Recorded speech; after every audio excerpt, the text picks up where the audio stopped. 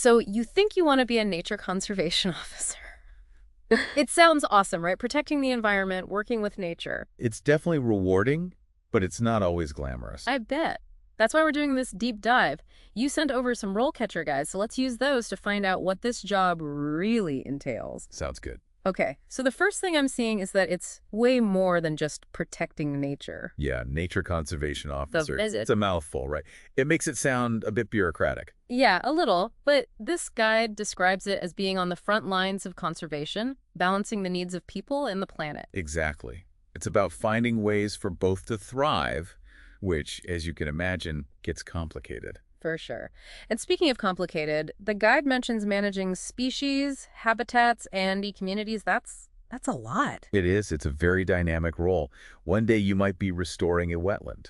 Okay, hold on. Stop right there. That's what I'm talking about. You're restoring wetlands, then you're teaching kids about wildlife. Oh, yeah. And then you could be off negotiating with landowners about sustainable practices, all in a week's work.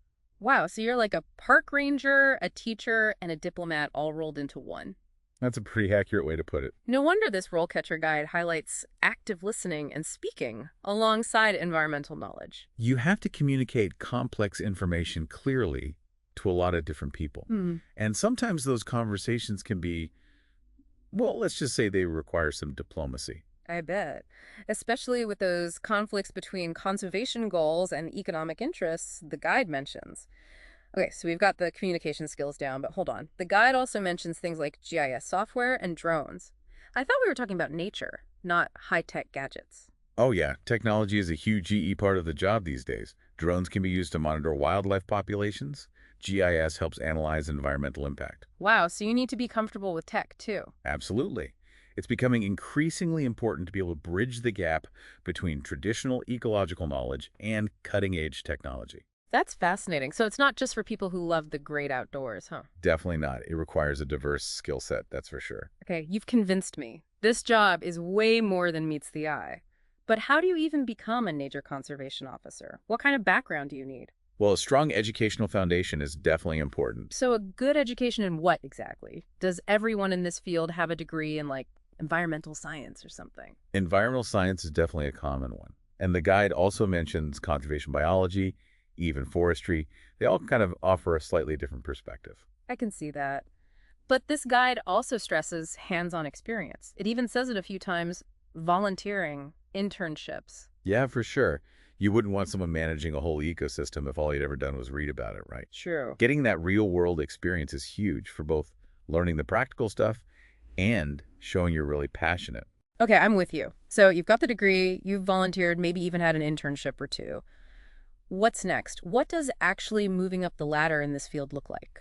Well, there are a lot of different paths you can take, which makes sense because, like we were saying, it's such a diverse field. True, true. So what you start as like a junior officer, what does a junior officer even do? It can vary, but a lot of it is assisting with research or doing field work, think data collection, that kind of thing. As you move up, maybe to a senior officer, that's where you might lead your own research projects or manage teams, develop conservation plans. And some people even end up influencing national policy. At least that's what it says here. That's a pretty big jump from surveying wetlands. It really is. Yeah. But it just goes to show you that this isn't a dead-end job at all. There's real opportunity to make a difference at all levels, from local ecosystems all the way up to tackling global challenges. Okay, that's really cool. So let's say someone is listening to us right now and they're like, sign me up. What are some practical steps they can take? Get that education, obviously, but then what? The networking is huge GE. Go to conferences, join professional organizations. Meet people already doing the work. Exactly, because you never know where that next opportunity might come from. And there are some cool things out there, like this guide mentions mentorship programs. Mentorship. Yeah, so you get paired up with someone more experienced and they kind of show you the ropes. Oh, that's awesome. I wish I had that for, well, everything. Right. It'd make life a lot easier. Speaking of making life easier, we've got to talk about this AI-powered CV analysis tool that RoleCatcher mentions. Is it really possible for a computer program to help you get a job? It sounds too good to be true. It does sound futuristic, but at its core, it's just data analysis.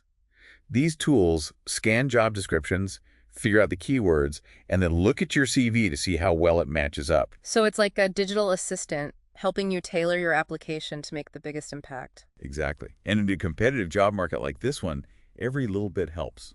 That's true. But what about the actual interview? Can AI really tell you what they're going to ask?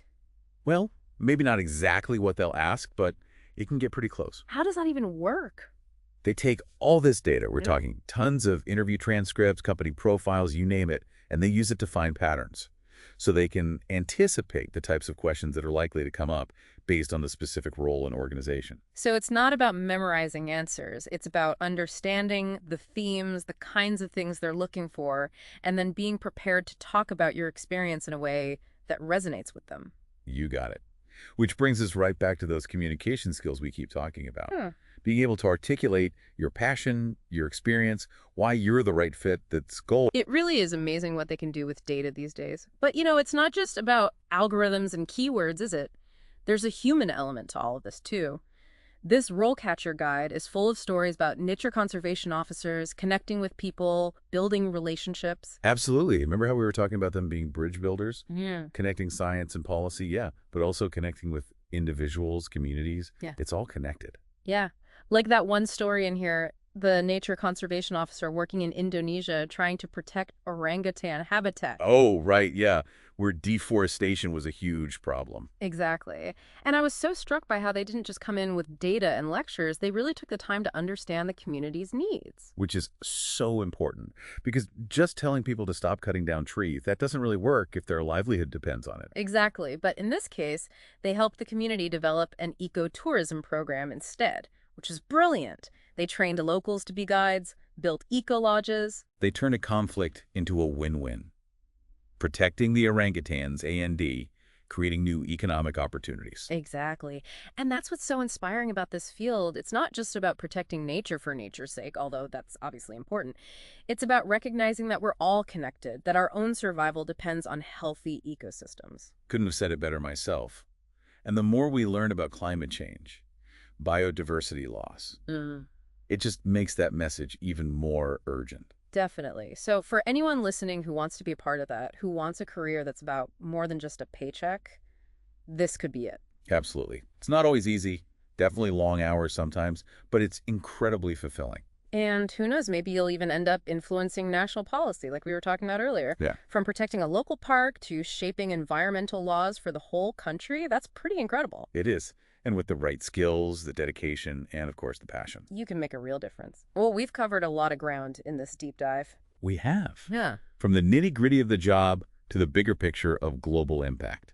Hopefully we've given our listeners a good sense of what it really takes to be a nature conservation officer. And for those who want to learn even more, is sure to check out the show notes for links to those awesome RoleCatcher resources we've been talking about. Until next time, keep exploring, and we'll catch you on our next deep dive.